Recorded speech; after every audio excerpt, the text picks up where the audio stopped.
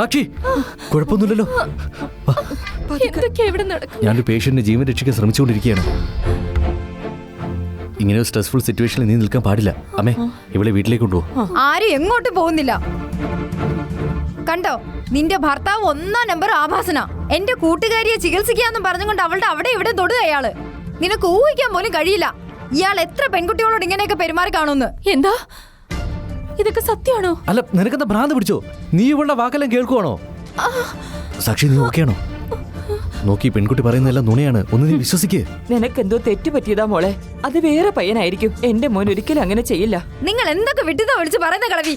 അമ്മേ, നിങ്ങൾ നാണക്കേട് കാരണം തൂങ്ങി ചാവേണ്ടതാ ഇങ്ങനെ ഒരു മകനെ പ്രസവിച്ചതിന്. നല്ല ഒന്നാന്തര ആഭാസന അയാള്. കണ്ടോ, സ്വന്തം ഭാര്യയുടെ വേദന കാണാതെ അമ്മയുടെ പുറകെ പോയി വിളിച്ചിരിക്കുക. നിനക്ക് എങ്ങനെ ധൈര്യം വന്നാടി എന്റെ അമ്മയെ അടിക്കാൻ? കണ്ടോ, എല്ലാവരുടെ മുന്നിൽ വെച്ച് ഇയാൾ എന്നെ കൊല്ലാൻ നോക്കുക.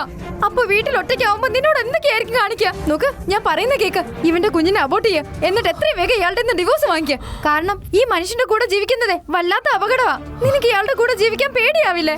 പക്ഷെ വ്യോം എന്റെ അമ്മായിയെയും എന്നെയും നന്നായി നോക്കുന്നുണ്ട്.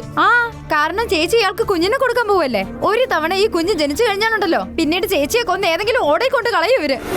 ആലോചിക്ക്, ഇന്ന് തിരക്കുള്ള ബസ്സില് എന്റെ കൂട്ടുകാരോട് മോശമായിട്ട് പെരുമാറുമായിരുന്നു ഇയാള്. നാളെ വേറൊരു പെണ്ണിനെയും കൊണ്ടുവരും നിങ്ങളുടെ വീട്ടിലേക്ക്. ചേച്ചി, ഞാൻ നിങ്ങളുടെ നന്മയ്ക്ക് വേണ്ടിയായി പറയുന്നേ. ഈ കുഞ്ഞിനെ അബോർട്ട് ചെയ്യ, എന്നിട്ട് പുതിയൊരു ജീവിതം തുടങ്ങ്. ഇയാൾക്ക് എത്രയും വേഗം ഡിവോഴ്സ് കൊടുക്ക്. ഒരമ്മയ്ക്ക് തന്റെ കുഞ്ഞ് വളരെ പ്രധാനമാണ്. പക്ഷെ അച്ഛൻ ഇങ്ങനെയാണെങ്കിലേ ആ കുഞ്ഞ് ജനിക്കാതിരിക്കുന്നതാ നല്ലത്. കാരണം ഇവന്റെ കുഞ്ഞ് ഇവനെ പോലെ തന്നെ ഒരു ആഭാസനായിരിക്കും. സാക്ഷിനോട് നോക്ക്, ഇവള് പറയുന്നൊന്നും വിശ്വസിക്കാൻ നിൽക്കരുത്. ഇവള് വെറുതെ പറയുന്നതാണ്. എന്റെ അടുത്തത് മാറൂ മോനെ. ഞാൻ ഒരിക്കലും ചിന്തിച്ചു പോലുമില്ല നീ ഇത്രയും വൃത്തികെട്ടവനായിരിക്കുമെന്ന്.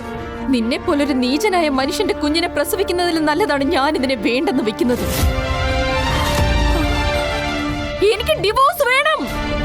കഥയിൽ അടുത്തതായി എന്ത് സംഭവിക്കുമെന്നറിയാൻ dash reels Malayalam YouTube channel subscribe ചെയ്യുക.